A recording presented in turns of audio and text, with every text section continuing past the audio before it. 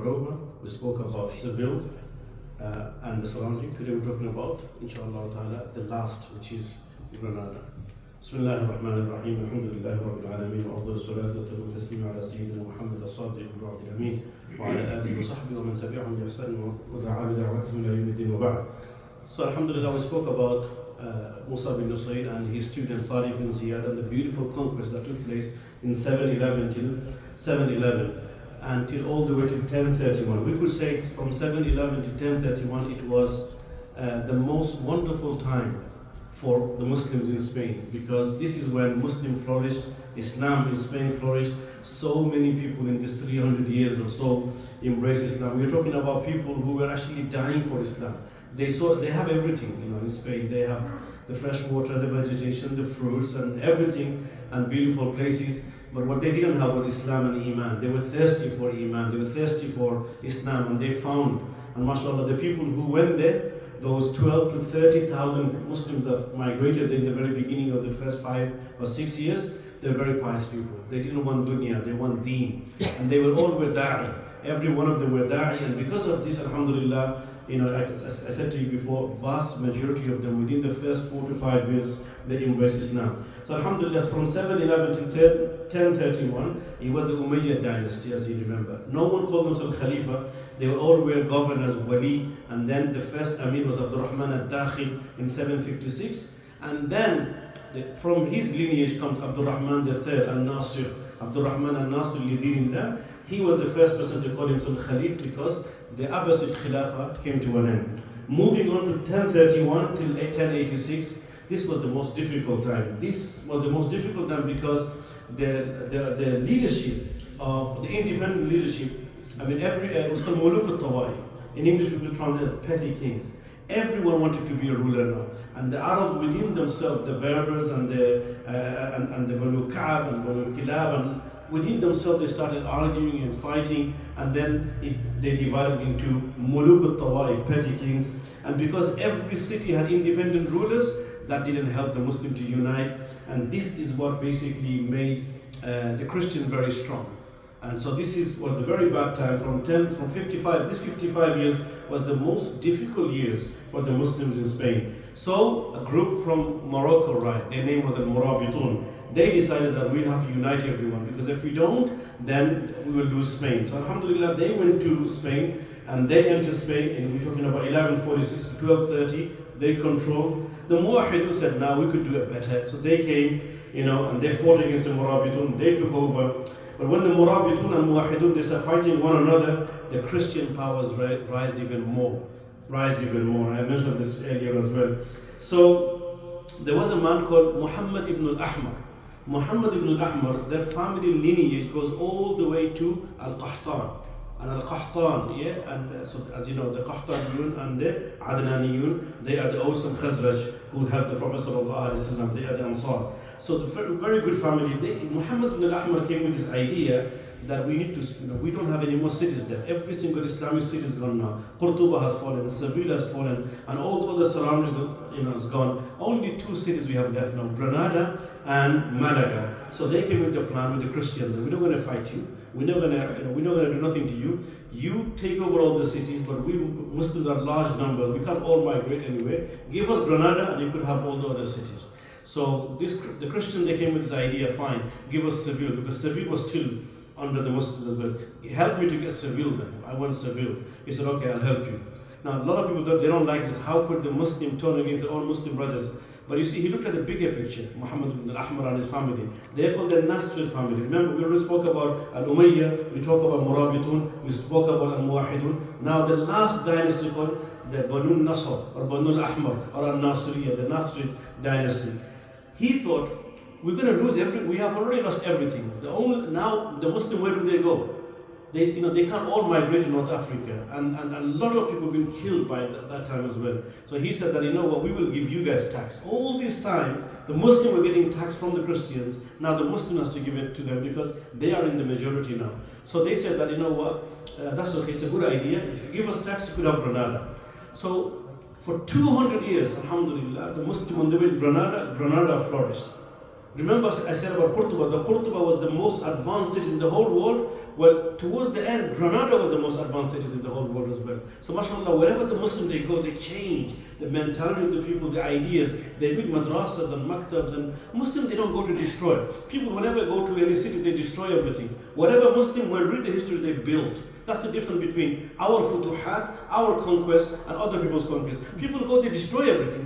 They knock out everything like that. Wherever Muslim they go, they leave something behind. Till today, the people are benefiting from Al-Hamra. So he, Banu Ahmar, Ahmar means red, Al-Hamra is from the same family. Plus he used red bricks as well. Al-Hamra is a palace where the Banu Nasr, Muhammad bin Ahmar, and then his children and all his family members, they lived there. It's one of the most advanced palaces of that time. Remember I told you about Medina to Zahra. It was the most advanced at that time. Well, then it was Al-Hamra. Till today, if you go to Al-Hamra, you could see what's written in the walls. Every single wall is talking to us. There's beautiful poetry and the inscription of Quranic verses. Every history of Muslims in Spain is written on the walls of Al-Hamra. So Alhamdulillah, the Muslim was there for 200 years. They managed to keep everyone there. And all the other Muslims in, for example, Malaga, in Seville, in Toledo, Madrid, Barcelona, and all the other areas, they all migrated to Granada. And that's why Granada flourished. Imagine all the scholars, all the knowledgeable people, everyone came to Granada. So Alhamdulillah, they were there. However, towards the end, two brothers, one name is Abu Hassan and one is called Az-Zaghar. Abu Hassan, they also say Mawli Hassan, Mawli Abu Hassan. Abu Hassan and his brother Az-Zaghar, remember those two names. They realized that, you know what, I don't think we have these guys, we are giving them tax every single day. A time will come when they will take Granada as well. So they basically recruited a lot of Muslims, and this is time for us to get back all our other cities back. They managed to get so many cities back as well. And they were basically, you could say, the Muslims were rebuilding themselves again, once again, to put the authority back again. And it was working, because so many Muslims were slowly gathering, and those people who doubted them, they realized, and mashallah, they managed to get so many cities back as well. So Muslims were rising once again, and they were rising once again. However, the mistake that Abu Hassan made, he got married again. Second wife. So I say to everyone who's thinking about second wife, this is a very dangerous part. This is my understanding. Okay, he married a wife. He married a convert sister, but wrong time he married as well. Because all this happening, he's good for a wife now. He's married. So what? No problem. Islam allows you. Okay, but what happened? His first wife, the Arab wife, Aisha, she was very angry. She said, "How dare he leaves me, marry someone else?" Okay, she became so angry. She managed to turn her son and Abu Hassan's son called. His name was Abu Abdullah. The West called him Abu Abdul. Because you know what? We need to do something about this. Your father married a Spanish woman. This is not good. We got to do something about it. Both mother was very influential. Mother and the son, they managed to depose the father Abu Hassan from the authority. When they took him out, now Zaghar meanwhile was fighting and fighting. Remember, he was other brother, his uncle. He became very famous amongst the Muslims. So Abu Hassan came into Abu Abdullah came into power now. So he wanted to show his power. He's only a 20-year-old boy, young kid. They have temper, they headbutt people when they're young. It happens, So do you understand? This happened yesterday. Someone headbutt someone, go red card. If you're young, you do this kind of stuff like that. So he was only a 20-year-old. So he wanted to show his power. So he went on a fight to Castile and Leon. He said, "I'm going to fight the Christian. I'm going to bring all the Spain back." They captured him, took him to a prison. Young boy doesn't know, has no idea, just got Josh and anger. They captured him and they said, "We're going to let you go with one condition. Is that you work for us. Okay?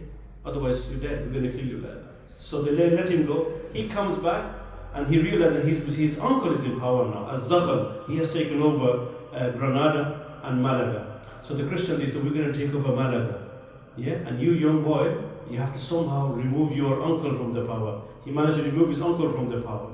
And then they took over Malaga. So Malaga came to an end now. Now why is Malaga so important? Malaga is basically the port. It has the connection with North Africa. So if Malaga goes, no reinforcement coming from North Africa. They finished off Malaga, and then they kept this young boy, 20-year-old boy, in power for 2 years. About 40 to 50 years, or maybe less than that.